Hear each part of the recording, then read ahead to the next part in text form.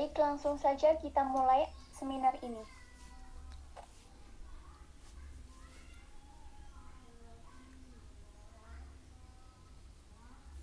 Assalamualaikum warahmatullahi wabarakatuh. Waalaikumsalam warahmatullahi wabarakatuh. Waalaikumsalam warahmatullahi wabarakatuh. Yang terhormat Ibu Guru Zahratul Wahdati SPD, yang kami hormati Ketua Seminar Yuko Dwiki Ramadan, yang kami hormati Wakil Ketua Seminar Jihan Vera Nugraha Eni, yang kami hormati Ibu narasumber yang alhamdulillah telah hadir di tengah-tengah kita, dan para peserta yang kami banggakan.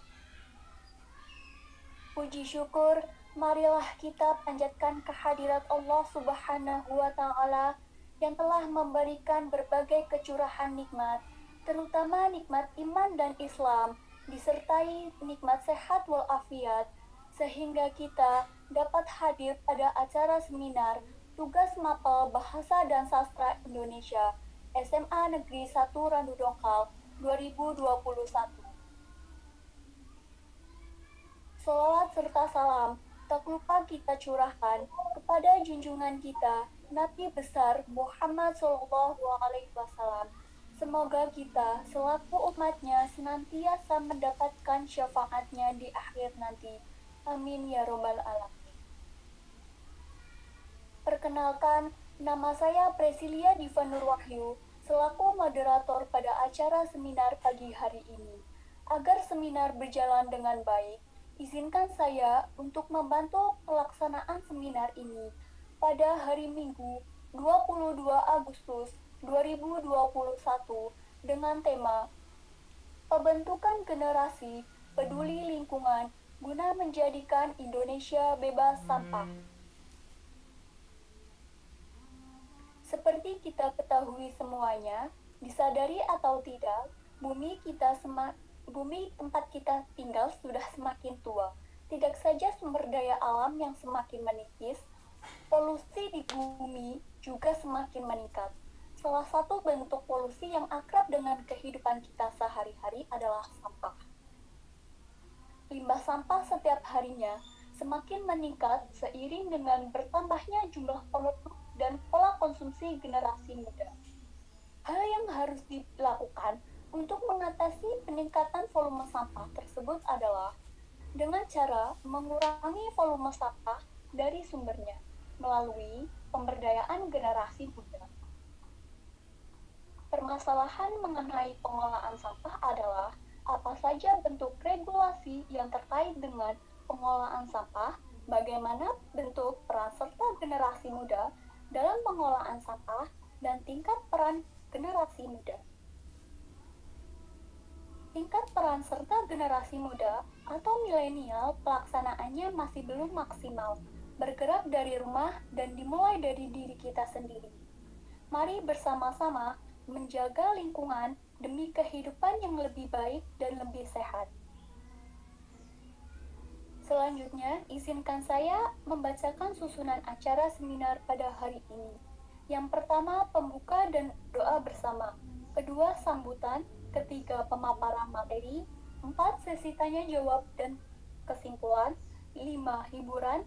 Keenam, sesi foto bersama. Ketujuh, penutup.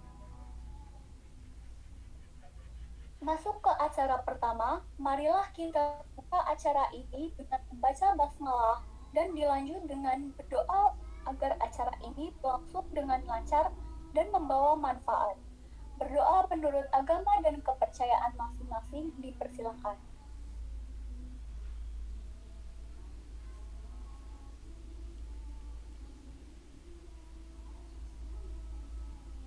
Acara kedua yaitu sambutan yang akan disampaikan oleh Ketua Seminar Yuko Dwiki Ramadan. Kepadanya dipersilakan.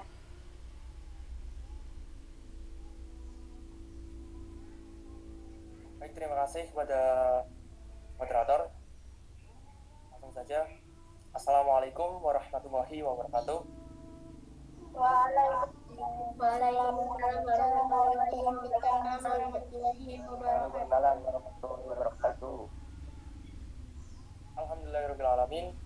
Puji syukur kita aturkan kepada Allah Subhanahu wa Ta'ala, karena hanya kehendaknya lah acara seminar pada hari ini bisa terselenggara dengan lancar. Dan tak lupa salawat serta salam kita aturkan kepada junjungan kita Nabi Muhammad SAW, yang kita nantikan syafaatnya kelak di yaumil qiyamah. Amin. Sebelumnya saya ucapkan terima kasih atas kehadiran tepat waktu pada rekan-rekan semua pada seminar ini. Seminar online ini adalah seminar yang membahas tentang prinsip 5R dengan topik pembahasan pembentukan generasi peduli lingkungan guna menjadikan Indonesia bebas sampah.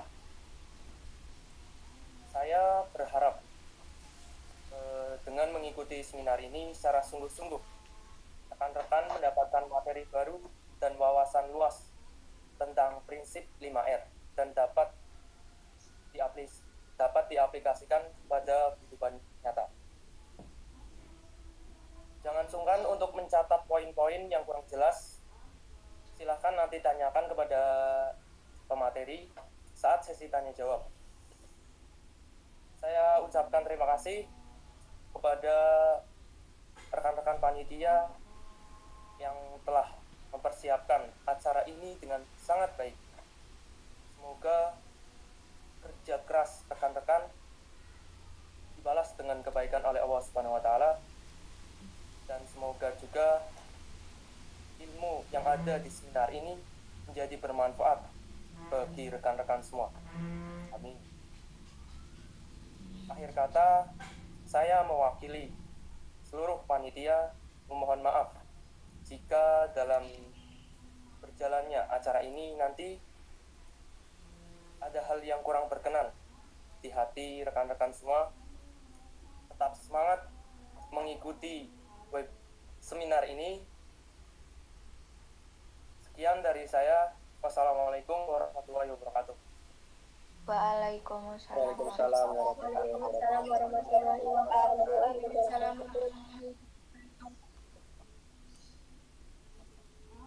Terima kasih kepada Ketua Seminar Yuko Dwiki Ramadan atas sambutannya. Selanjutnya, memasuki acara inti, yaitu pemaparan materi oleh narasumber. Sebelum pemaparan materi, ada beberapa hal yang perlu saya sampaikan. Yang pertama yaitu, masing-masing narasumber akan diberikan waktu durasi 15 menit setelah pemaparan materi oleh narasumber. Sebelum saya memanggil narasumber, perlu diingatkan kembali untuk para peserta agar mikrofonnya tetap di-unmute terlebih dahulu, supaya terfokus pada satu suara, sehingga kita bisa lebih paham. Sebelum memasuki materi, saya akan membacakan biografi para narasumber terlebih dahulu. Narasumber yang pertama,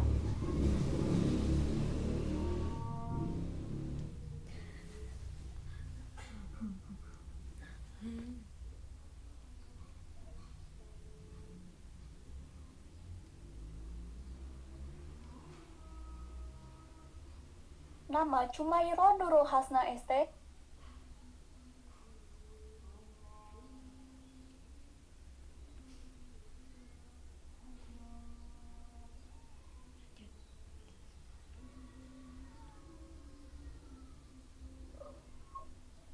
Riwayat pendidikan TKR Al-Salafiyah Pamulian, SDN 04 Warumpring, SMP Negeri 1 Randu Dongkal, SMA Negeri 1 Randu Dongkal, Universitas Gadjah Mada. Pekerjaan saat ini konsultan lingkungan.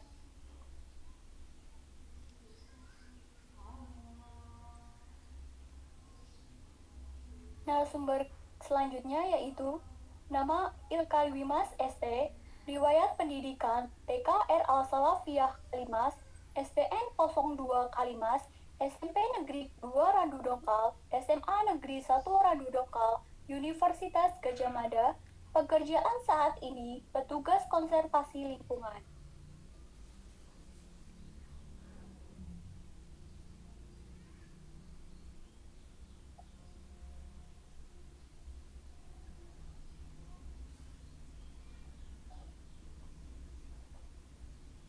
Dan langsung saja saya akan memanggilkan narasumber pertama kita. Please welcome Ibu Chumairo Nurul Hasna ST. Kepadanya dipersilakan.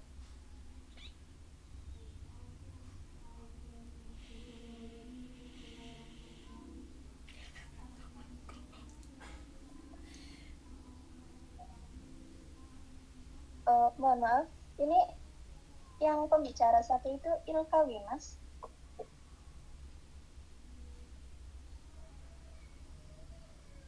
Oh, baik. Terima kasih atas koreksinya. Dan langsung saja kita panggil Ibu Ilka Wimas ST. Kepadanya dipersilakan.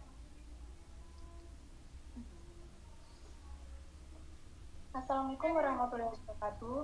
Sebelumnya terima kasih kepada moderator atas kesempatan yang telah diberikan, dan terima kasih pula kepada ketua serta panitia yang telah mengundang saya sebagai pembicara di acara seminar kali ini. Perkenalkan, nama saya Ilka Wimas. Jadi selama 15 menit ke depan, saya akan memaparkan materi dengan judul Pembentukan Generasi Peduli Lingkungan guna menjadikan Indonesia bebas sampah. Mengapa sih topik ini penting untuk dibahas? Nah, kita semua tahu ya, kalau masalah sampah itu bukan menjadi masalah yang sepele lagi. Bahkan sampah ini sudah menyebabkan berbagai bencana terjadi.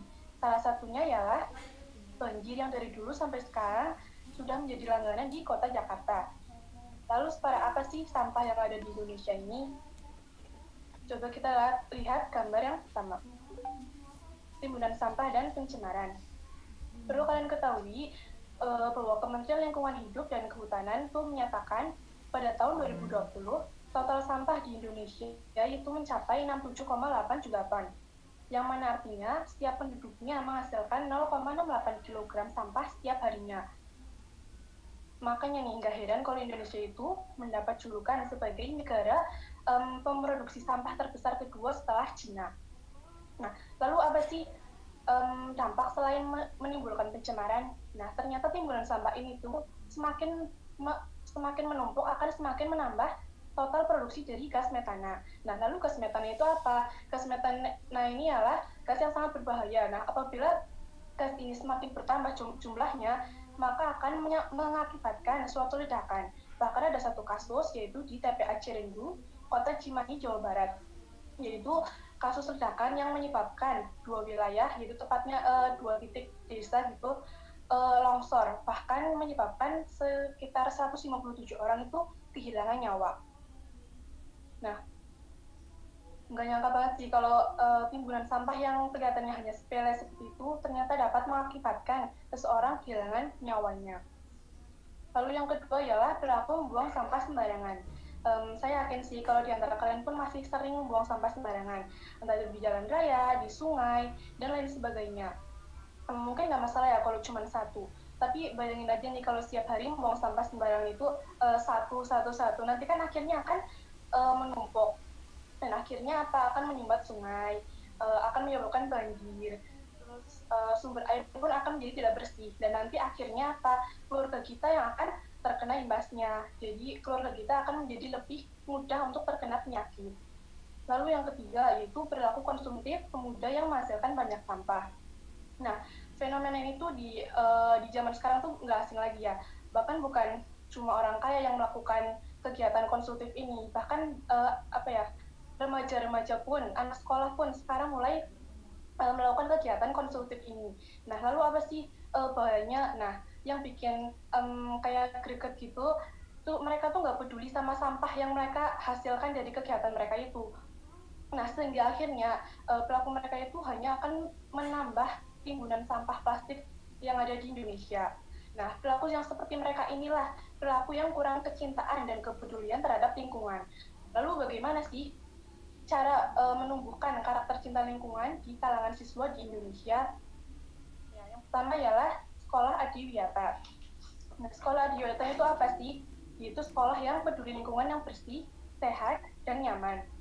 Nah, lalu tujuannya itu apa? Yaitu agar tercipta kesadaran di kalangan para siswa agar mencintai lingkungan, agar peduli terhadap lingkungan.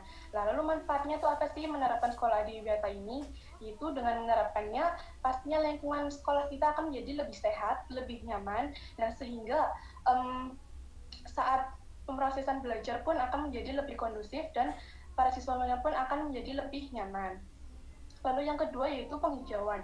Nah, kegiatan penghijauan ialah kegiatan untuk memulihkan atau meningkatkan kembali fungsi suatu lahan agar berfungsi sesuai dengan fungsinya yang semula. Seperti halnya yaitu reboisasi pada hutan yang gundul. Nah, kita juga dapat menerapkannya di rumah, seperti halnya menanam tanaman cabai, tomat, mungkin menanam bunga juga di halaman rumah kita. Nah, dengan hal itu, pastinya kita akan membuat udara yang ada di sekitar kita pun akan menjadi lebih baik, lebih bermanfaat pastinya. Lalu manfaat penghijauan itu apa aja sih? Itu satu, dapat mencegah terjadinya risiko pencemaran udara, air, dan tanah. Lalu dapat mencegah terjadinya bencana tanah longsor. Dan yang terakhir, kita juga dapat mencegah potensi kepunahan aneka ragam satwa yang ada di hutan. Lalu yang ketiga yaitu pengintegrasian PLH atau pendidikan lingkungan hidup. Nah, hal ini dibagi menjadi 4, yaitu pengintegrasian melalui kegiatan intrakurikuler, kokurikuler, non-kokurikuler, dan ekstrakurikuler. Nah, yang intrakurikuler ini yaitu guru IPA yang mengaitkan materi dengan pendidikan cinta lingkungan. Nah, lalu yang kedua, pendidikan kokurikuler, yaitu guru IPA yang menugaskan kepada siswanya untuk mengamati suatu pencemaran dan mengatasi bagaimana sih caranya mengatasi pencemaran tersebut. Nah, lalu yang ketiga yaitu integrasi melalui kegiatan intrakurikuler, non-kokurikuler. Nah, melalui integrasi ini yaitu dengan cara kepala sekolah membuat kebijakan sekolah adiwiyata, seperti halnya membuat poster cinta lingkungan.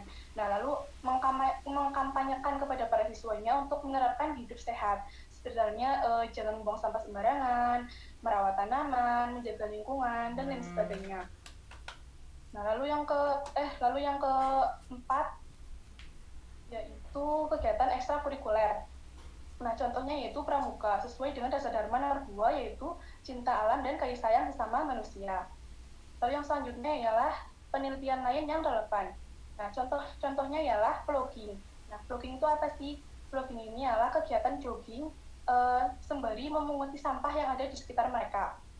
Nah, kita juga dapat menerapkannya dengan cara yang asik, yaitu dengan melakukan vlogging challenge bersama teman-teman atau bersama keluarga kita. Nah, dengan mengiming-imingi hadiah, nantinya para peserta ini pun akan menjadi lebih semangat untuk melakukan vlogging ini. Nah, selain membuat tubuh kita menjadi lebih sehat karena joggingnya itu, kita juga dapat menjadi agen perubahan untuk mendapatkan lingkungan yang lebih asri dan lebih bersih dan nyaman pastinya.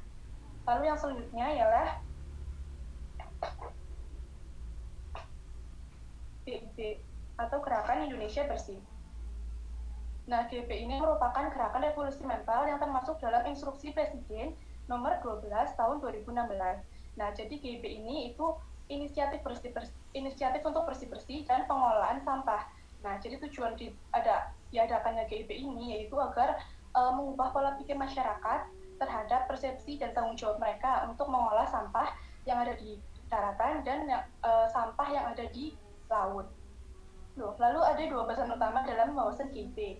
Yang pertama yaitu mendorong kebiasaan bersih dan sehat, dan yang kedua mengubah persepsi terhadap pengelolaan sampah. Nah, kedua hal ini didukung dengan 2 faktor, yaitu satu, ayo peduli untuk menyelamatkan laut dan ekosistem Indonesia dari sampah. Kita semua tahu ya, kalau Indonesia adalah negara maritim yang mana sebagian besar penduduknya itu bergantung hidupnya terhadap hasil laut. Nah, tapi sayangnya juga kita tahu kalau laut di Indonesia itu sudah mulai tercemar. Bahkan ada satu kasus di kepulauan yang letaknya di Kabupaten Wakatobi, Sulawesi Tenggara. Jadi ada paus yang terdampar, dan setelah ditelusuri hasil isi perutnya, ternyata terdapat 5,9 kg sampah di dalam perutnya itu. Nah, 5,9 kg sampah itu terdiri dari sampah plastik ya, yaitu seperti botol plastik, plastik keras, kantong plastik, tali rafia, bahkan sendal jepit. Nah, separah itu loh teman-teman sampah yang kita buang sembarangan. Nah, kita juga perlu tahu kalau walaupun kita buang sampah di sungai yang kecil, tapi semua sungai di Indonesia itu enggak di Indonesia juga sih. Intinya semua sungai itu pastinya akan bermuara di laut atau akan berakhir di laut, sehingga biota lautlah yang nantinya akan terkena dampaknya dari sampah yang kita buang sembarangan. Lalu yang kedua ialah menjadi agen perubahan untuk Indonesia bersih. Jadi masyarakat diharapkan untuk menjadi agen perubahan Indonesia bersih dengan cara menerapkan perilaku hidup bersih dan sehat. Lalu yang selanjutnya ialah wawasan yang ada pada GIP. Ada 3. Yang pertama yaitu stop buang sampah sembarangan. Nah, hal ini didukung dengan 3 faktor, yaitu penyediaan infrastruktur, seperti halnya penyediaan TPA, TPS, terus truk pengangkut sampah, terus tempat sampah di tempat umum, seperti itu. Lalu yang kedua ialah peraturan pemerintah, seperti halnya sanksi, denda, atau bahkan penegakan hukum, yaitu penjara. Lalu yang ketiga yaitu sanksi sosial. Sanksi terkecil yaitu teguran, dan sanksi yang terbesar yaitu sampai pengucilan dari masyarakat. Nah, tujuan dari sanksi sosialnya itu apa sih? Yaitu agar si pelaku ini sadar akan kesalahannya dan tidak akan mengulangi kesalahannya itu lagi. Lalu yang kedua yaitu perilaku pengurangan penggunaan sampah plastik. Nah, hal ini didukung dengan faktor dukungan retail dalam mempromosikan gaya hidup tanpa sampah. Nah, jadi gimana sih caranya? Yaitu retail, yaitu warung-warung kecil atau toko-toko kecil itu seperti halnya menerapkan plastik berbayar. Nah, dengan begitu diharapkan para konsumennya pun akan sadar untuk membawa kantong mereka sendiri, sehingga tidak mengkonsumsi sampah plastik lagi.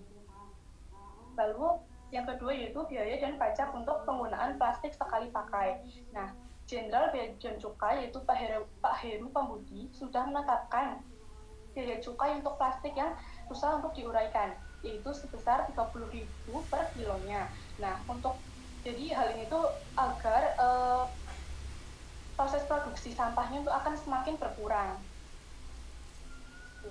Lalu yang ketiga yaitu penyediaan alternatif yang terjangkau. Nah, salah satu contohnya yaitu stasiun isi ulang.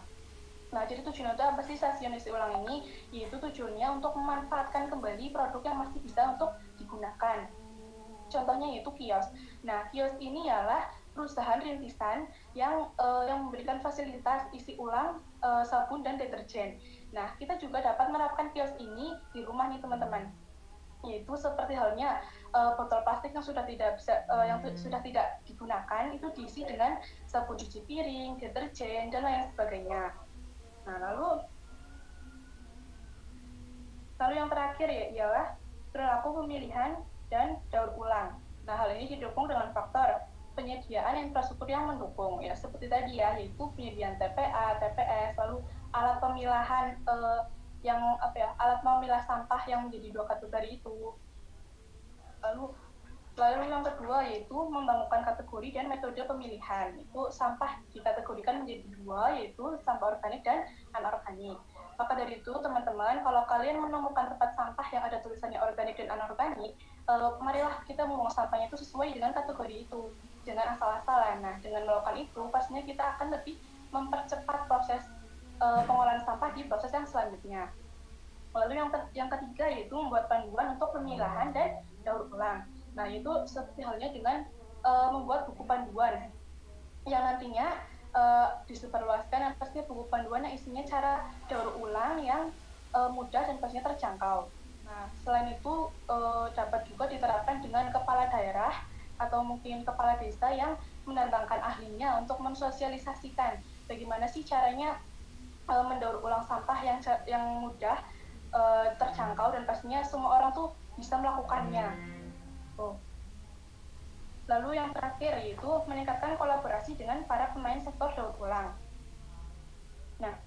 Nah, jadi kolaborasi ini itu bertujuan untuk apa sih? Yaitu diharapkan agar penanganan sampah itu menjadi lebih terencana dan terarah, sehingga penanganannya pun akan berjalan efektif dan efisien. Nah, alhasil penanganan sampah yang ada di Indonesia ini pastinya akan lebih cepat terselesaikan. Jadi teman-teman, ayolah kita merubah diri kita menjadi seorang yang mencintai lingkungan, yang peduli terhadap lingkungan. Jangan buang sampah sembarangan, jangan mencemari lingkungan, karena jika kita mencemari lingkungan atau membuang sampah sembarangan, nanti generasi mendatanglah yang akan terkena dampaknya. Nah, dan juga marilah kita mencintai lingkungan seperti halnya mencintai alam seperti alam mencintai kita. Karena dengan begitu kita akan mewariskan lingkungan yang pastinya sehat, nyaman kepada generasi yang mendatang. Sekian dari saya. Mohon maaf apabila banyak kesalahan kata. Wassalamualaikum warahmatullahi wabarakatuh. Waalaikumsalam warahmatullahi wabarakatuh. Terima kasih atas materi yang telah disampaikan. Untuk melanjutkan materi berikutnya,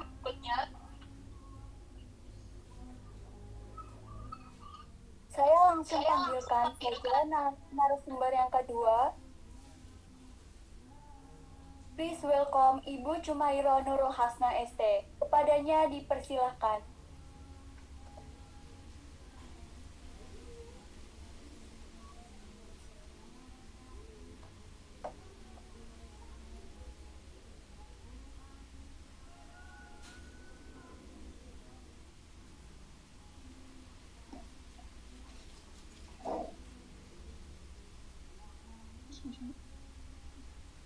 Assalamualaikum warahmatullahi wabarakatuh. Waalaikumsalam warahmatullahi wabarakatuh. Terima kasih kepada moderator, ketua, serta panitia yang sudah mempersilahkan saya untuk menjadi pembicara pada seminar kita kali ini. Perkenalkan, saya Humaira Nurul Hasna. Selama 15 menit ke depan, saya akan menyampaikan materi seminar kita dengan tema pembentukan generasi peduli lingkungan guna menjadikan Indonesia bebas sampah. Jadi pertama saya akan menjelaskan dulu mengapa tema kita itu sangat penting ya. Jadi mengingat gaya hidup modern mendorong manusia itu berperilaku konsumtif yang tanpa kita sadari banyak menimbulkan efek. Salah satunya adalah sampah. Jadi aktivitas manusia itu semakin beragam setiap harinya. Seiring dengan itu, sampah yang dihasilkan pun sudah melebihi dari kemampuan alam untuk menyerapnya. Laut dan sungai sudah tercemar, serta miliaran ton tumpukan sampah yang dihasilkan manusia itu tidak bisa terurai atau didaur ulang. Tempat pembuangan akhir atau TPA pun sudah meluap dan tidak lagi bisa menampung timbunan sampah. Menyadari sistem pengolahan sampah di Indonesia yang belum maksimal dan gaya hidup modern dan konsumtif yang destruktif terhadap alam, pada akhirnya kita sudah tiba dalam kondisi di mana zero waste atau bebas sampah itu sangat diperlukan demi menyelamatkan bumi dan generasi muda selanjutnya. Lalu masuk ke latar belakang. Dari gambar bisa dilihat bahwa peningkatan angka timbulan sampah dunia itu sangatlah signifikan, dan Bank Sampah Dunia itu memperkirakan pada tahun 2025 jumlah sampah akan bertambah hingga mencapai 2,2 miliar ton. Negara-negara berkembang yang tergabung di dalam Organization for Economic Cooperation and Development atau OECD itu berperan sebagai penyumbang sampah terbesar di dunia, di mana timbulan sampah yang dihasilkan mencapai 572 juta ton per tahun dengan rentangan nilai per kapita 1,1 sampai 3,7 kg per orang per harinya. Perlu diketahui bahwa penyumbang sampah terbesar nasional itu 48% berasal dari sektor rumah tangga. Jadi sampah rumah tangga itu berasal dari kegiatan kita sehari-hari di dalam rumah tangga, kecuali tinja dan sampah spesifik yang memerlukan pengelolaan khusus. Sampah-sampah dari rumah tangga inilah yang sering dibuang ke sungai, seperti pada gambar 1, hingga akhirnya menyumbat aliran sungai seperti pada gambar 2, dan pada akhirnya sampah-sampah tersebutlah yang membuat daerah tersebut rawan banjir dan menjadi sarang penyakit. Dan sampah plastik yang menumpuk di sekitaran sungai pun ternyata dapat memberikan dampak yang buruk bagi pemanasan global. Perlu diketahui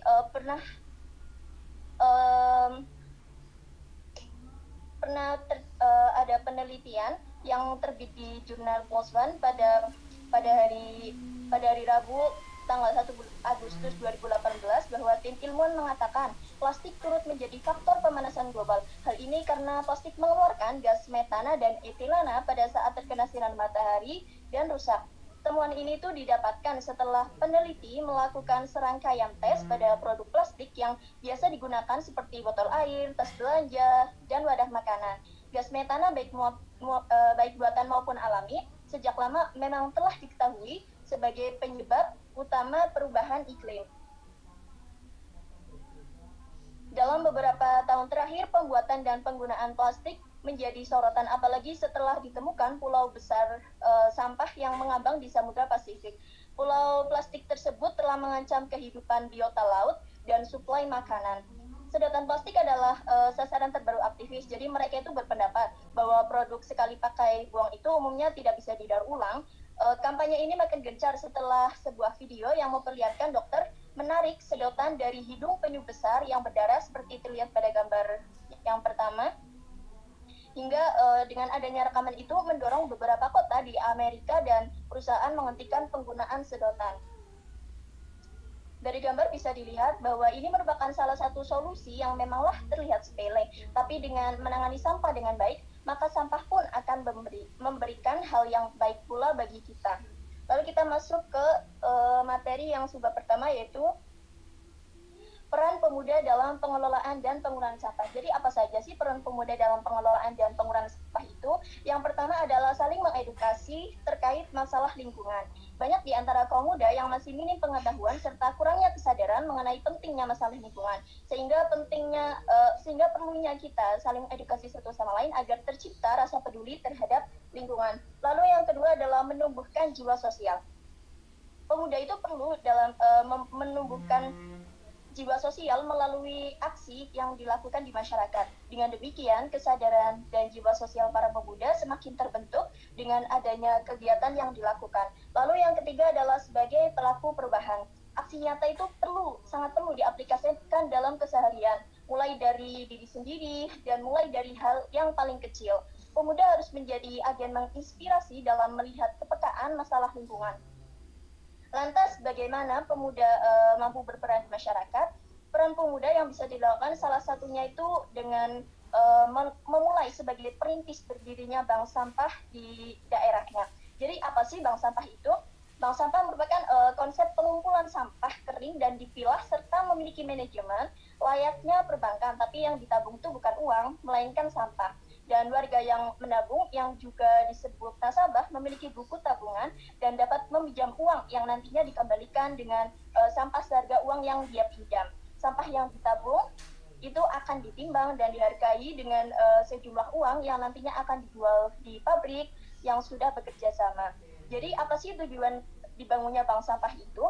Tujuannya adalah untuk membangun kepedulian masyarakat agar dapat berkawan dengan sampah untuk mendapatkan manfaat ekonomi langsung dari sampah. Jadi bank sampah tidak dapat berdiri sendiri, melainkan harus diintegrasikan dengan gerakan 3R atau 5R, sehingga manfaat langsung yang didapatkan itu tidak hanya ekonomi, namun pembangunan lingkungan yang bersih, hijau, dan sehat. Dengan pola ini, maka warga selain menjadi disiplin dalam mengelola sampah, juga dapat tambahan pemasukan dari sampah-sampah yang mereka kumpulkan.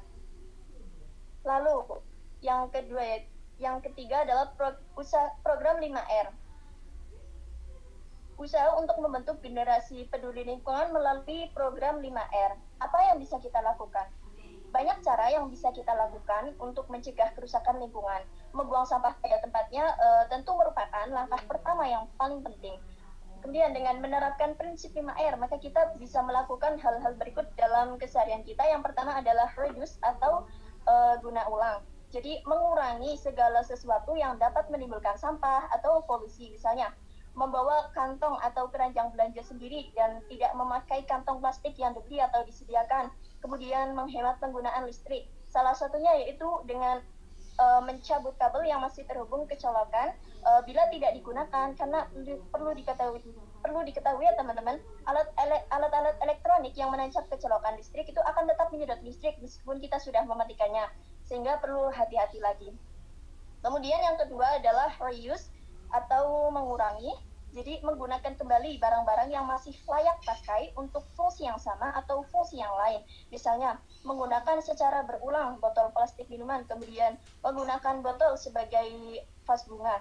Lalu yang ketiga adalah recycle atau daur ulang. Jadi mengolah sampah untuk dijadikan produk baru. Misalnya mengolah sampah organik menjadi kompos, kemudian mengolah sampah non-organik atau anorganik menjadi barang yang bermanfaat. Perlu diketahui teman-teman, banyak negara yang mulai memberikan perhatian yang sangat serius pada kebersihan lingkungan, misalnya itu Hong Kong. Jadi mereka itu memisahkan sampah rumah tangga ke dalam 3 tong sampah dengan warna yang berbeda sehingga mempermudah dalam proses pemilahan sampah. Tentunya dapat kita contoh untuk kemudian kita terapkan di Indonesia. Yang juga tidak kalah penting adalah memberi contoh kepada teman-teman ataupun orang sekitar untuk memulai peduli lingkungan dari sekarang. Lalu poin R yang keempat adalah refuse atau tolak yang tidak diperlukan. Sebelum memutuskan untuk membeli barang, ada beberapa pertanyaan yang bisa kita gunakan untuk menjalankan prinsip refuse ini. Yang pertama adalah, apakah saya memerlukannya? Kemudian, apakah ini menambah nilai dalam kehidupan saya? Lalu, apakah ada alternatif lain tanpa kemasan plastik atau bahkan tanpa kemasan sama sekali? Lalu, apakah saya akan menggunakannya berkali-kali? Jika ada poin yang tidak terpenuhi, barang tersebut itu harus ditolak. Jika sekiranya keinginan kita untuk membeli itu masih terlalu besar, yang bisa kita lakukan adalah dengan menunda pembelian selama beberapa hari, sehingga besar kemungkinan kita itu akan lupa sehingga tidak jadi membeli barang tersebut. Beberapa contoh mudah, aplikasi prinsip ini adalah menolak kemasan saat membeli makanan. Jika memutuskan membeli makanan di luar, kita itu bisa membawa piring atau tempat makan untuk dijadikan sebagai wadah, sehingga tidak ada sampah yang dibuang, dan wadahnya pun bisa kita gunakan berkali-kali. Lalu, poin R yang kelima adalah write atau komposkan sisanya. Sampah sisa makanan dan kertas bisa dijadikan kompos dan digunakan kembali dalam bentuk pupuk. Mayoritas dari sampah yang dihasilkan masyarakat Indonesia kan merupakan sampah organik yang bisa diurai. Sampah ini tuh seharusnya bisa dijadikan kompos di tiap lingkungan rumah sehingga tidak perlu menumpuk di tempat sampah, kemudian menunggu disortir dan menghasilkan gas berbau yang mengganggu lingkungan. Jadi ini adalah contoh-contoh penerapan 5R dalam kehidupan sehari-hari. Yang pertama reduce, kemudian reuse, recycle. Lalu manfaat 5R dalam kehidupan. Yang pertama itu pada bidang lingkungan. Salah satu tujuan utama dari praktik nol sampah adalah agar kita dapat menghindarkan plastik dari lautan dan TBA. Mengapa? Karena bahayanya pada lingkungan dari gas-gas metana yang dihasilkan atau hasil dari sampah yang tidak dipilah dengan baik dan juga dapat menyebabkan perubahan iklim. Sehingga manfaat 5R salah satunya juga untuk menyelamatkan lingkungan dan menjadikan lingkungan bersih serta sehat. Lalu yang kedua adalah kesehatan. Sebagian makanan berkemasan yang kita biasa temukan di supermarket adalah makanan instan atau makanan yang mengandung pengawet dan bahan kimia. Sehingga jika kita menerapkan prinsip 5R, kita akan lebih memilih makanan yang tidak berkemasan, di mana biasanya makanan yang tidak berkemasan itu lebih fresh atau segar seperti sayuran, buah, daging, dan lain-lain. Selain itu, jadi lebih banyak minum air putih karena kita menjauhi minuman-minuman berkemasan, sehingga sangat bermanfaat untuk kesehatan kita. Lalu yang ketiga adalah kemampuan planning. Dengan hidup lebih berkesadaran dalam mengonsumsi, kita jadi lebih prepare dalam menghadapi hari. Tanpa disadari, misalnya sebelum kita pergi keluar rumah, kita akan menyiapkan hal-hal yang di hari itu akan dilakukan, seperti berbelanja, membeli makanan take away, dengan membawa tempat sendiri, dan lain-lain. Jadi dapat meningkatkan kemampuan planning kita. Lalu yang keempat adalah finansial.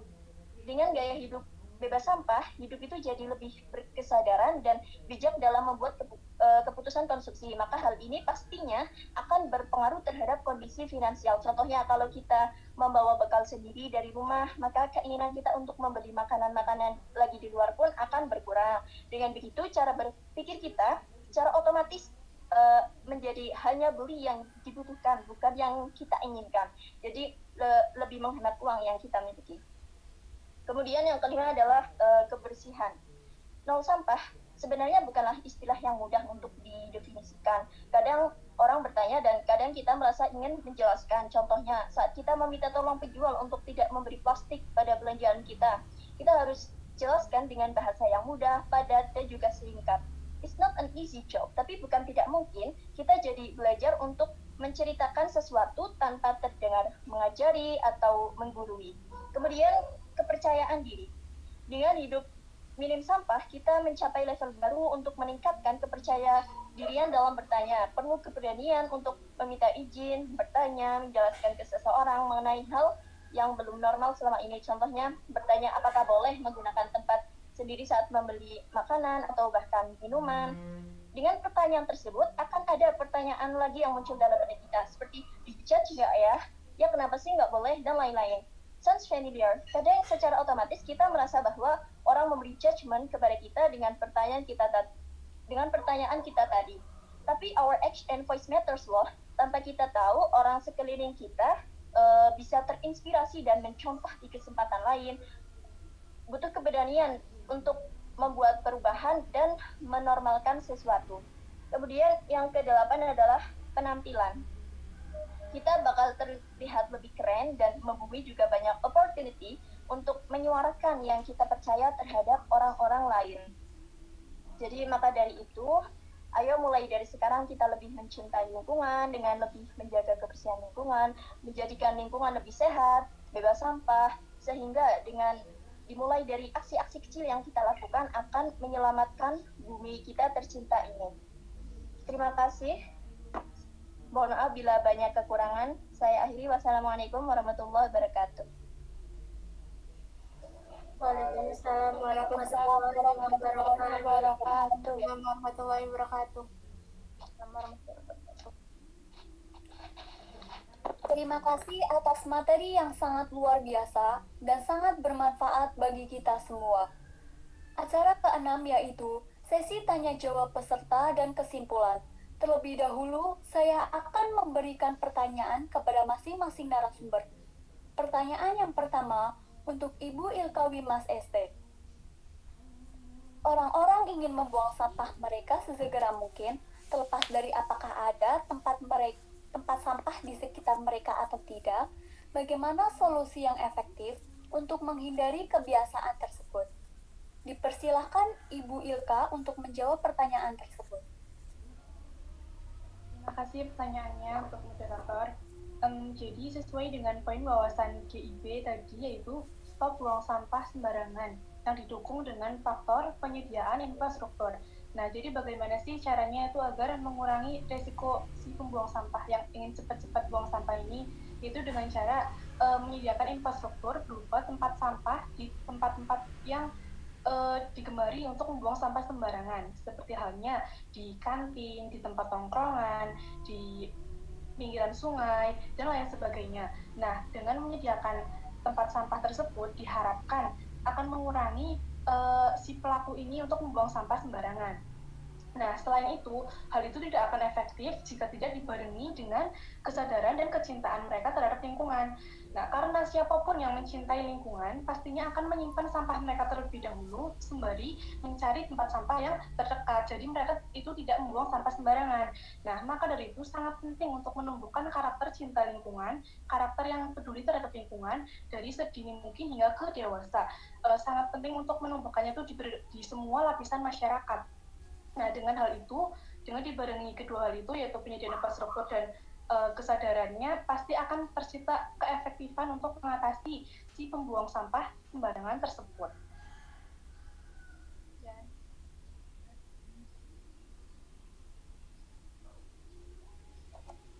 Baik, pertanyaan selanjutnya untuk Ibu Cumairoh Nurul Hasna ST.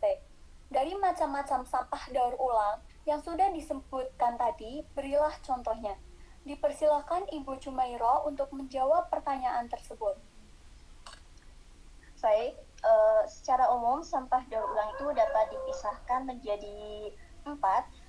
Yang pertama adalah sampah kertas, misalnya koran dan majalah yang tidak mengkilap, karton telur, kotak tisu. Kemudian sampah plastik, misalnya kantung belanja plastik, kemudian botol plastik, CD, DVD, atau mainan plastik. Lalu sampah logam, misalnya kaleng susu bubuk, kemudian kaleng minuman soda, kaleng cat, alat masak dari logam, baterai. Kemudian yang keempat adalah sampah kaca, misalnya botol dari kaca, kemudian alat makan dari porselin, dan lain-lain.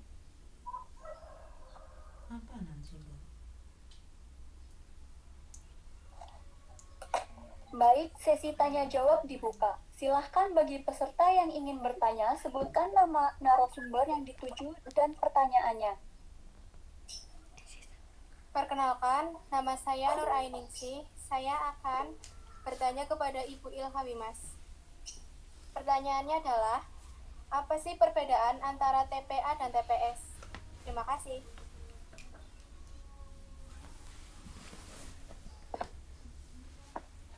Terima kasih pertanyaannya untuk Ananda Ani. Jadi apa sih perbedaan TPA dan TPS ini? Mungkin kita masih banyak yang keliru ya akan singkatan dari TPA dan TPS ini. Nah, yang pertama kita bahas itu TPS. Nah, TPS itu ialah tempat penampungan sementara, bukan tempat pembuangan sampah. Nah, jadi di TPS ini ya semua sampah itu hanya ditampung secara sementara saja. Nah, tidak terjadi pengolahan apapun. Nah, selanjutnya sampah-sampah yang ditampung sementara di TPS ini nantinya akan dipindahkan ke TPA, yaitu tempat pemrosesan akhir, bukan tempat pembuangan akhir. Nah, di TPA inilah baru semua sampah diolah, entah itu didaur ulang, entah itu dipisah menjadi beberapa kategori, entah itu dibuat menjadi produk apapun itu. Nah, produk-produk yang telah dihasilkan dari TPA ini nantinya akan dikembalikan kepada manusia dengan dengan produk yang pastinya sudah aman bagi manusia dan sudah aman bagi lingkungan. Jadi produk ini maaf saya ulangi, jadi TPA itu kan untuk mengolah produk mengolah sampah untuk menjadi suatu produk. Nah, nanti produk dari hasil pengolahan ini nantinya akan dikembalikan kepada manusia dengan produk yang pastinya aman bagi manusia itu sendiri dan aman bagi lingkungan. Jadi sampah ini sudah tidak bisa disebut sebagai sampah karena sudah menjadi produk yang telah diolah.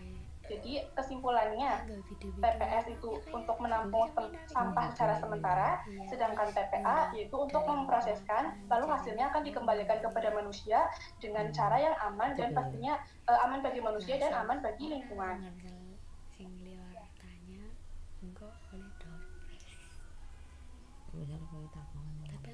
Baik, selanjutnya untuk Kak Ilal Asikit, mohon sebutkan pertanyaannya.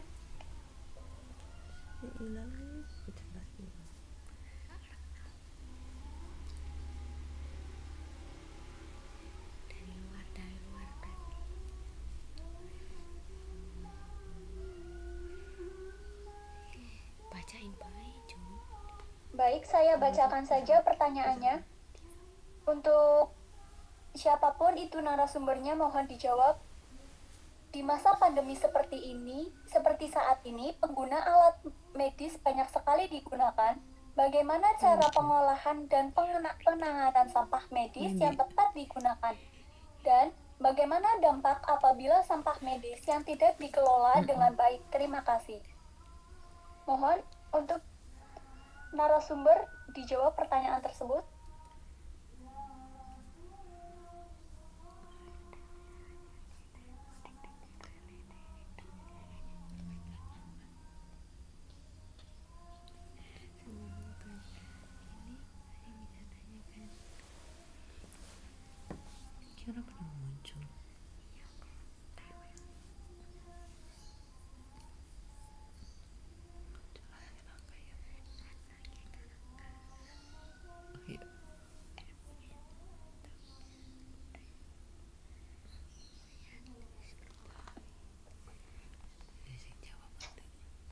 Oke, saya akan menjawab pertanyaan dari Ananda Ilal.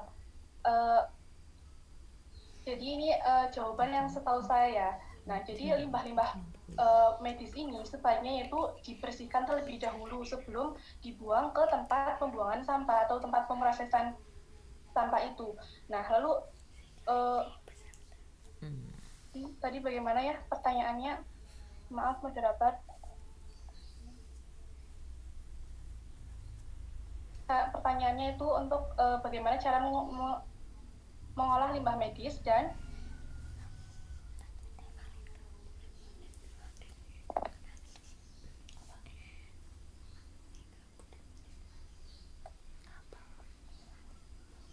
bagaimana dampak apabila sampah medis yang tidak dikelola dengan baik? Terima kasih.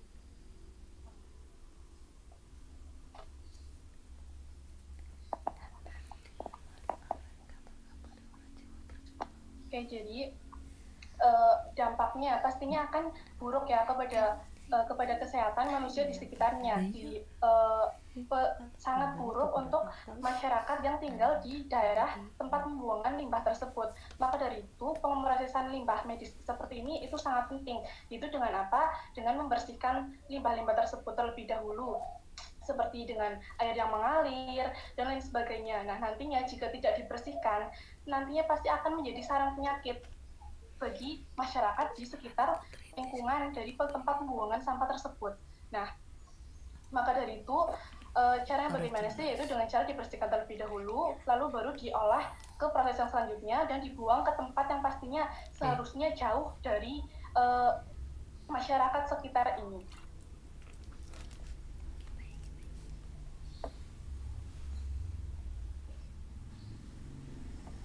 Baik, selanjutnya silahkan bagi yang ingin bertanya untuk mempercepat waktu. Oke, izin bertanya ya, moderator. Ya, baik. Baik, terima kasih kepada moderator yang telah memberikan saya waktu untuk bertanya. Sebelumnya, perkenalkan, nama saya Septiana Dwi Wibowo dari Universitas Islam Negeri Wali Songo. Jadi gini ya, di zaman sekarang ini kan masih banyak ya masyarakat yang membuang sampah sembarangan. Padahal itu nggak berat loh buat kita membuang sampah pada tempatnya. Kalau ditanya kenapa tidak membuang sampah pada tempatnya, pasti selalu dijawab karena tidak menemukan tempat sampah. Apa salahnya menyimpan sebentar sampah tersebut hingga menemukan tempat sampah? Plastik bekas makanan langsung dilempar begitu saja ke tepi jalan dan menjadikan sungai sebagai tempat sampah umum. Bukankah kita semua tahu kalau membuang sampah di sungai itu akan menyebabkan banjir? Lalu menurut kedua pembicara ini, kalau semisal udah kayak gini tuh, lantas salah siapa sih ketika orang-orang mengeluhkan pencemaran lingkungan dan banjir padahal mereka yang membuang sampah sembarangan? Satu lagi, menurut pendapat kalian, adakah peran dari pemerintah dalam meningkatkan partisipasi masyarakat mengenai pengelolaan sampah? Udah sih itu saja, mungkin itu saja yang bisa saya tanyakan, kurang lebihnya mohon maaf, saya kembalikan kepada moderator. Terima kasih. Dipersilahkan untuk Ibu narasumber menjawab pertanyaan tersebut. Baik, saya akan mencoba menjawabnya. Jadi kalau ditanya salah siapa sih kalau dengan adanya sampah yang dibuang di sungai, kemudian nanti menyebabkan banjir dan sebagainya, sebenarnya itu kan kalau ditanya salah siapa itu tergantung kita ya, maksudnya kan masyarakat sendiri yang membuang sampah di sungai. Jadi seharusnya kesadaran mereka sendiri yang perlu ditingkatkan lagi. Jadi tidak bisa menyalahkan tidak bisa menyalahkan siapa-siapa gitu.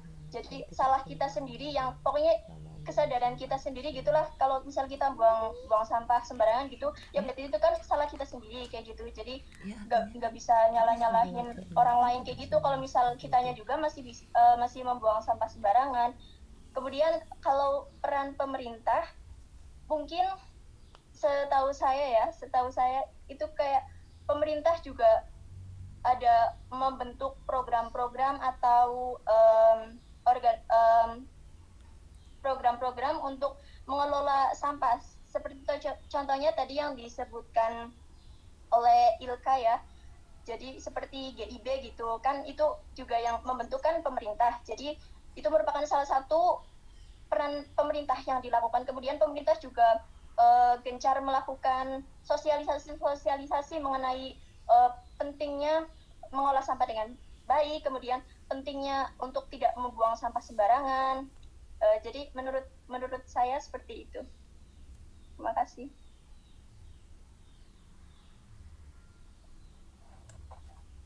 Baik, sesi tanya jawab telah selesai. Terima kasih kepada teman-teman yang sudah memberi pertanyaan dan juga narasumber yang sudah menjawab pertanyaan. Jadi, kesimpulan atau poin-poin penting yang ada pada seminar hari ini dengan tema pembentukan generasi peduli lingkungan guna menjadikan Indonesia bebas sampah, pemerintah telah melaksanakan program GIB atau Gerakan Indonesia Bersih. GIB ialah Gerakan Revolusi Mental dalam Instruksi Presiden nomor 12 tahun 2016. Pesan utama yang terdapat dalam gerakan GIB yaitu mengubah persepsi terhadap pengelolaan sampah. Wawasan yang ada pada GIB adalah 1. Stop buang sampah sembarangan, 2. Perilaku pengurangan penggunaan sampah plastik, 3. Perilaku pemilihan dan daur ulang. Peran pemuda dalam pengolahan dan pengurangan sampah. Yang pertama, saling mengedukasi terkait masalah lingkungan, 2. Menumbuhkan jiwa sosial, 3. Sebagai pelaku perubahan.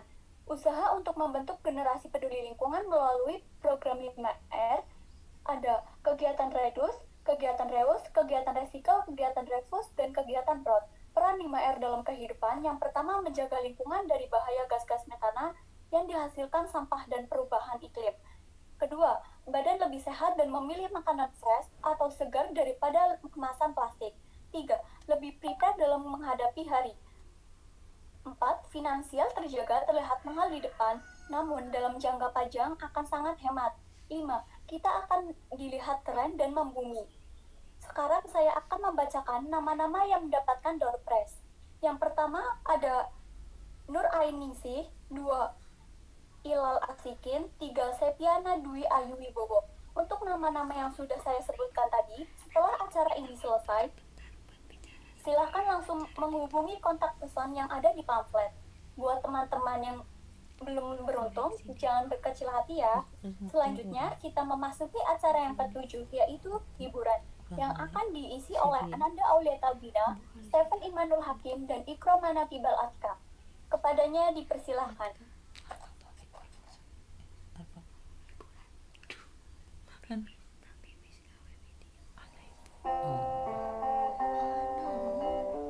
Nanya apa Bian Bu? Sebutin siapa? Kelasan kalian.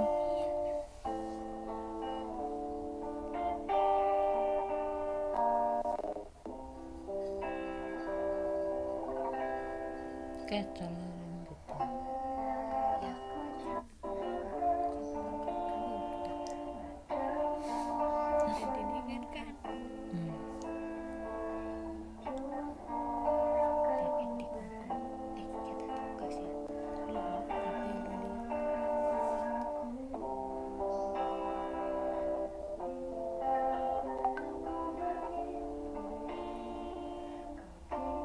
Siapa lagi?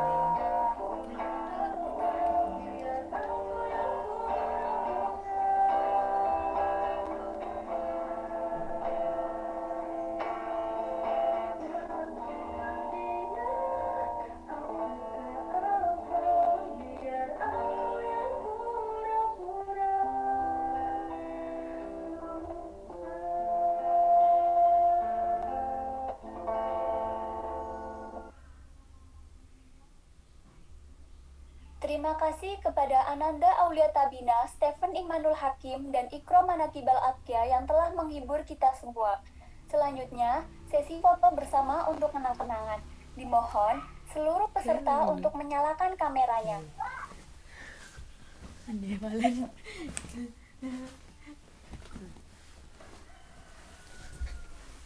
Konsesi foto.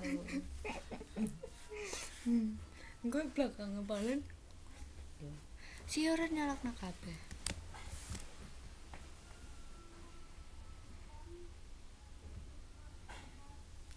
Belum nyala semua.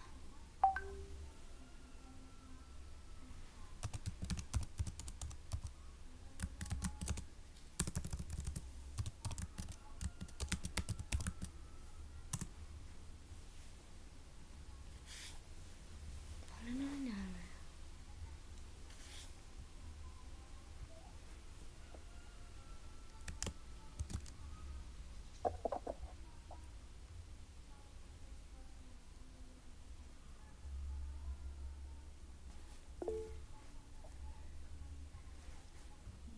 Mohon maaf, ini sudah ada yang itu kan? Apa?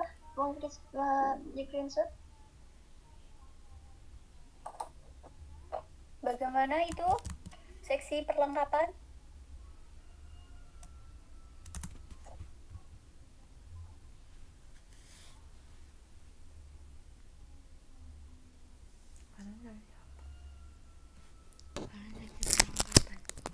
Kalian perlengkapan. Kudu perlengkapan. Baik ya, biar gayanya sama.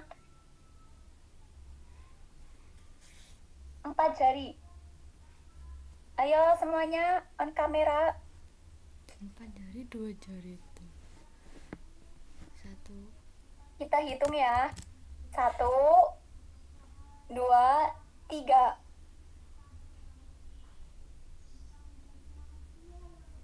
Oke, selesai.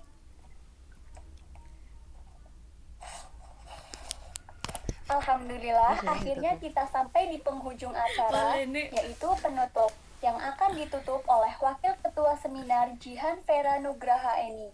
Kepadanya dipersilakan. Oke, terima kasih kesempatan yang udah diberikan kepada saya. Karena dari tadi kita udah formal, sekarang penutupannya agak sedikit saja. Gimana acara seminar kali ini? Pasti seru kan? Semoga apa yang udah disampaikan sama undang nanti dapat ditangkap dengan baik dan syukur-syukur bisa kalian terapkan di kehidupan sehari-hari. Karena manusia mau siapa lagi yang memulai untuk menjadikan Indonesia bebas sampah. Terus sebelumnya juga terima kasih untuk semua panitia dan semua peserta yang hari ini datang untuk mensukseskan seminar kali ini. Segitu aja dari saya kembalikan ke moderator. Terima kasih.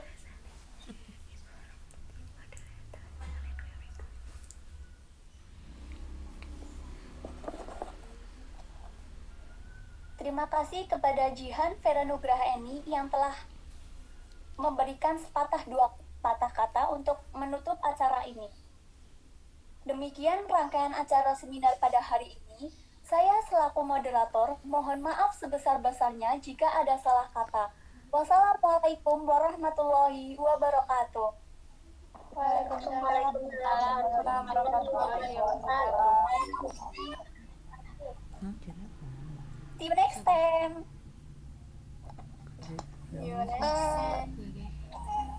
Jangan dimatiin dulu. Pak Ibu. Iya, Bu Zara mau ngomong bentar. Untuk peserta di luar MIPA 4 boleh keluar. Laila Fatmawati salam. Tapi yang MIPA 4 stay. Oke, sebentar ya.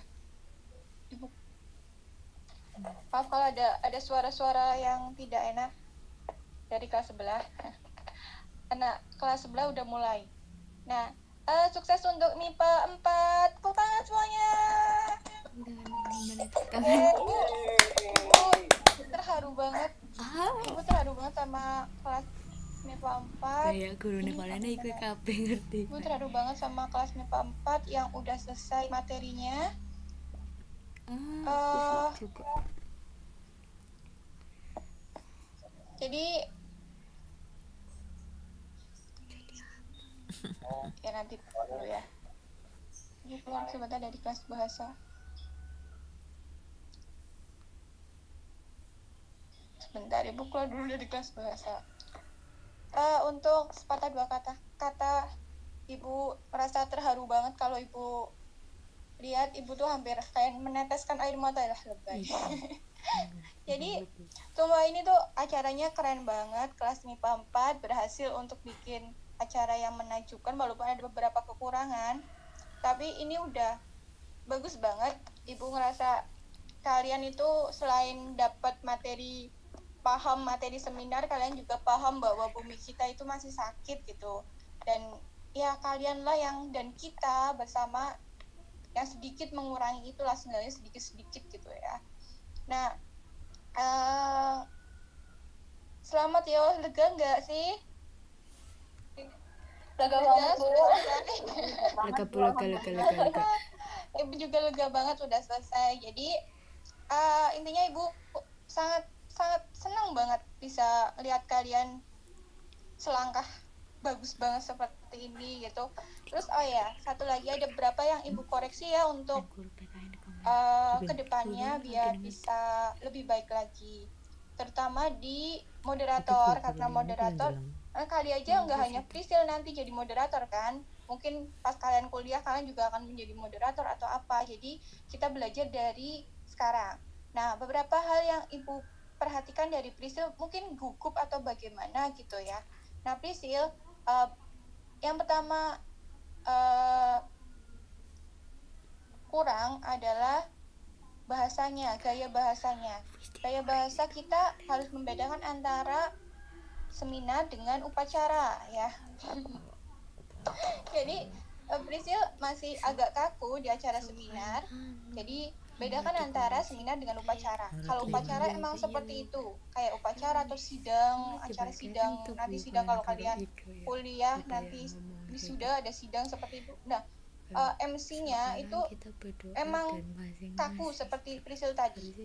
Tapi untungnya acara ini itu masih berjalan dengan baik karena beberapa faktor, karena kelas kalian terutama kan kelas yang aktif dan semangat gitu kan, jadi akhirnya tetap gak ngantuk gitu. Tapi ketika misalnya acara seperti ini, moderator benar-benar harus bisa mengkondisikan teman-temannya, pesertanya. Sering disapa, hello, apa kabar gitu. Jadi bahasanya tuh lebih nggak formal banget gitu. Jadi biasa aja, kayak kita lagi ngobrol.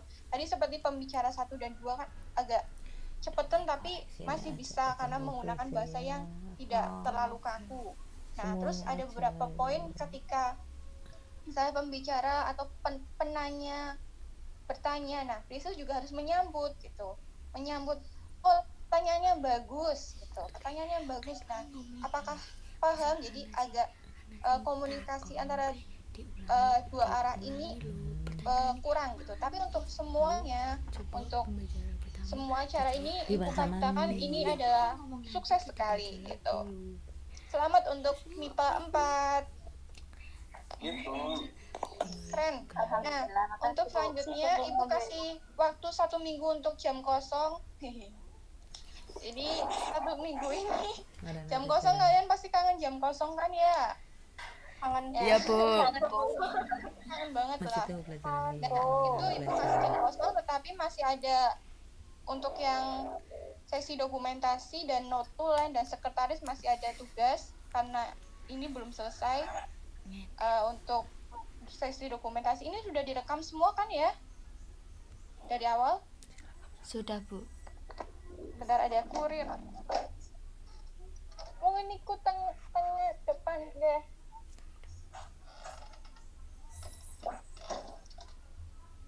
Nah, itu kan jadi nanti ada Ibu tulis saja di grup WA. Nanti juga ada penilaian diri sama penilaian peserta. Jadi silakan untuk mengeluarkan unek-unek kali aja ada sesuatu yang ingin kalian katakan, itu berguna banget untuk kedepannya teman-teman kalian. Penilaian diri itu menyadari apa sih kekurangan kalian, nanti kalian bisa memperbaiki. Penilaian ke teman, kalian akan memberikan pendapat kalian terhadap teman tersebut biar dia bisa introspeksi diri, terus dia bisa menyadari dan dia bisa menjadi lebih baik gitu. Jadi kita butuh orang lain untuk mengoreksi diri kita, bahkan kita kadang saja nggak tahu kelebihan kita, apalagi kekurangan kita gitu. Jadi itu saja. Sukses untuk acara ini. Ibu pamit ya, Ibu pindah ke kelas sebelah. Assalamualaikum.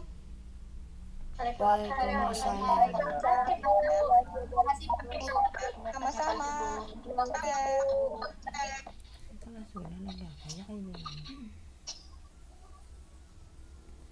Fotonya tadi nggak on cam semua. Di laptop ya, Iya. Aku juga tadi nyoba nge-SS tapi nggak keluar foto-fotonya. Maksudnya nggak Biasanya keluar langsung orangnya. kesimpan di itu Enggak, di maksudnya galeri naik. bukan itunya loh, bukan di Iya emang pada off kamera. kalau enggak, tapi kalau misal di HP tuh emang pada keluar kan muka-mukanya, tapi pas di laptop tuh nggak tahu kenapa nggak ada. Aku ada tapi sedikit. Iya, pas pertama juga sedikit, cuman beberapa doang gitu. Maaf ya.